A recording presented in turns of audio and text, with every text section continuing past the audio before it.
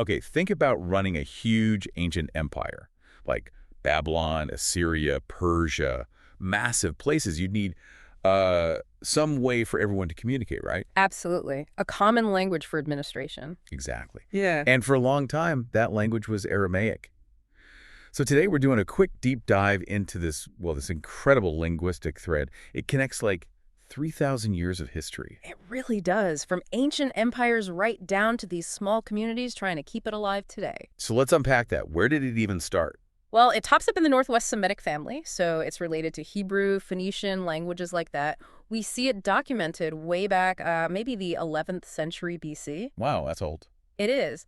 But the really interesting part is how it spread. It wasn't just local. The Neo-Assyrians, then the Neo-Babylonians, and especially the Achaemenid Persians, they adopted it. They adopted it for, like, running the empire? Precisely. For administration, public life. This standardized version, we call it imperial Aramaic, it became the lingua franca, the common tongue for everything official. Tax records, letters between governors, you name it, across this vast area. Okay, so if it's the official script, the writing system itself must have had a huge impact too, right? Did it, like, influence other scripts? Oh, massively. That's one of its biggest legacies. The Aramaic alphabet is basically the ancestor of the Hebrew alphabet we know today. Really? The ancestor? Yes, and it also played a big role in how the Arabic script developed later on. So think about that footprint. How huge parts of the world write things down comes back, in part, to Aramaic. It's fundamental. That's incredible. And what about religion? I mean, people often say Jesus spoke Aramaic. Is that right? That's the general consensus, yes. Specifically, probably a Galilean dialect of Aramaic would have been his everyday spoken language. Okay. But beyond just being spoken, is it preserved in important religious texts too? Definitely. It's deeply embedded. You find Jewish Babylonian Aramaic, for instance, as the core language of the Babylonian Talmud. Huge foundational work for rabbinic Judaism. Right. And then there's classical Syriac. That's a form of Aramaic that became and still is a major liturgical language for many Eastern Christian traditions, like the Assyrian Church of the East.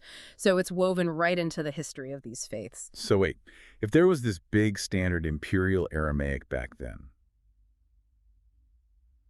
is that what people who speak Aramaic today are speaking? I mean, languages change, right? Oh, completely. No, it's absolutely not the same. That's maybe the most important thing to grasp here.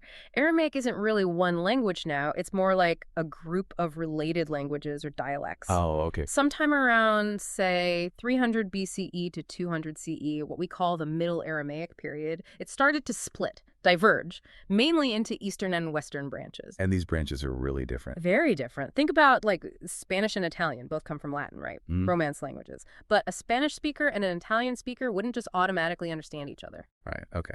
Makes sense. It's kind of like that with Aramaic today. The modern forms, what we call Neo-Aramaic, can be mutually unintelligible. A speaker of Imperial Aramaic from 500 BC, they'd have no idea what a modern Syriac speaker is saying. Mind-boggling.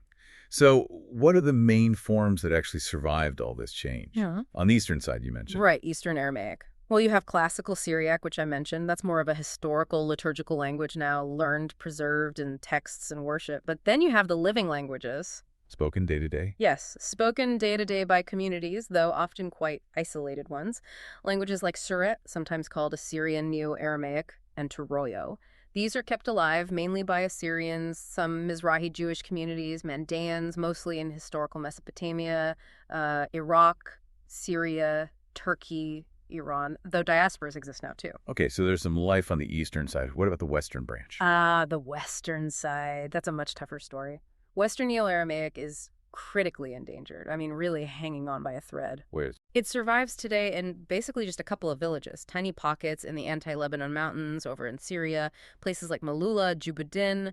These villages were so isolated they acted like, well, linguistic islands, preserving this ancient branch. Wow, just a few villages left. It's a real fight for survival for Western Neo-Aramaic. You know, tracking all this, synthesizing the history of Aramaic from ancient texts to these modern dialects, it reminds me how complex synthesizing information can be, whether it's ancient languages or modern data. It's a huge task. And speaking of handling complexity, this deep dive is brought to you by Silk. If you're dealing with maybe business data or personal projects and need help making sense of it all, perhaps through AI training, automation, software development, or just figuring out where AI could even help you, check out silk.com. They help uncover where AI can make the most impact. That's embersilk.com. It's quite the paradox, isn't it? You have this language, Aramaic, that was once, the administrative backbone of these vast, powerful empires. It connected millions. Yeah, the world's operating system, practically. Exactly. And now it's fragmented, scattered, and many of its forms are literally fighting extinction.